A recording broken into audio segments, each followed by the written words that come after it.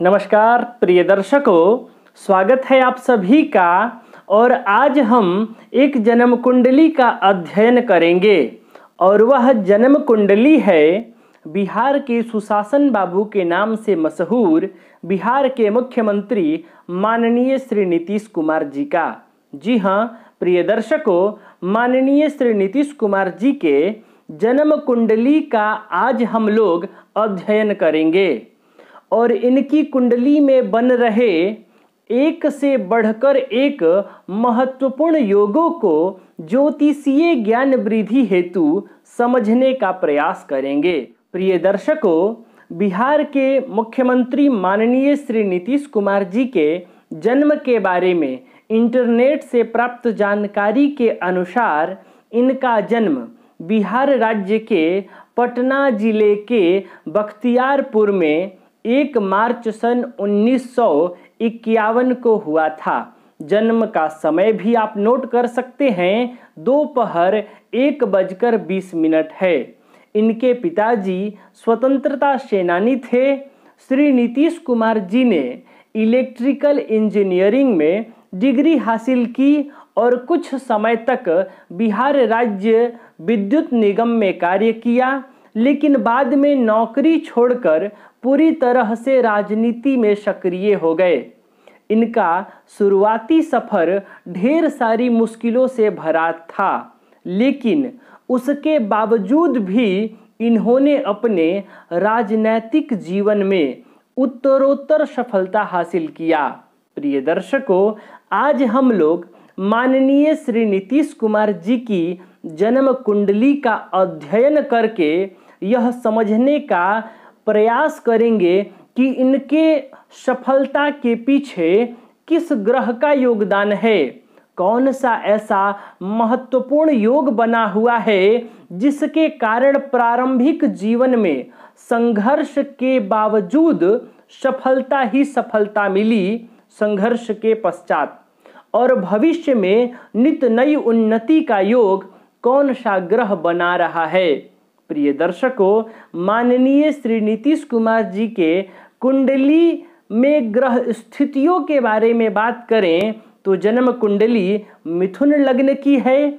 लग्नेश हो गए बुध और इनकी राशि वृश्चिक बनती है, तो राशिपति चंद्रमा हुए।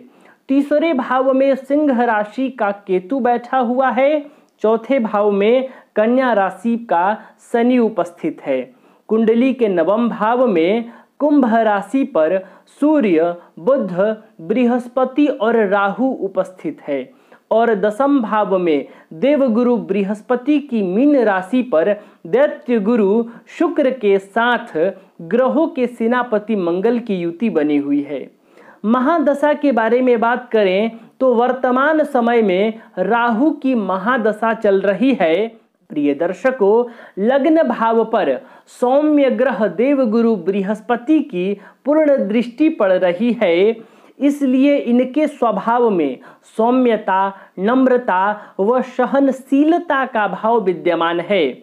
माननीय श्री नीतीश कुमार जी की लग्न कुंडली व चंद्र कुंडली दोनों की बात करें तो दोनों ही कुंडलियां बहुत बलवान दिखाई पड़ती हैं। दोनों कुंडलियों में ग्रह स्थितियां बहुत शुभ एवं योग कारक बनी हुई हैं। दोनों ही लग्नों में केंद्र व त्रिकोण भाव में अधिकांश ग्रह उपस्थित हैं। इसी योग कारक एवं बलिष्ठ ग्रह स्थितियों के कारण ही बिहार के माननीय मुख्यमंत्री श्री नीतीश कुमार जी अपने प्रारंभिक संघर्ष के बावजूद लगातार सफलता की सीढ़ियां चढ़ते चले गए। इनकी कुंडली में बुद्धि, विवेक व ज्ञान भाव के अधिपति ग्रह यानी कि पंचमेश जो कि शुक्र बनते हैं, वो राज्य का भाव 10 में ग्रहों के सेनापति मंगल के साथ उपस्थित हैं और चलित कुंडली में राहु की भी उपस्थिति बन रही है। इसीलिए इन्होंने इलेक्ट्रिकल इंजीनियरिंग में डिग्री हासिल की और फिर राजनीति के क्षेत्र में इन्हें सफलता प्राप्त हुई। इनकी कुंडली में कुटुंब भाव का स्वामी ग्रह चंद्रमा अपनी नीच राशि में छठवें भाव में बैठा है, जिसके कारण ही इन्होंने परिवारवाद को बढ़ावा नहीं दिया और वंशवाद की राजनीति से दूर रहे।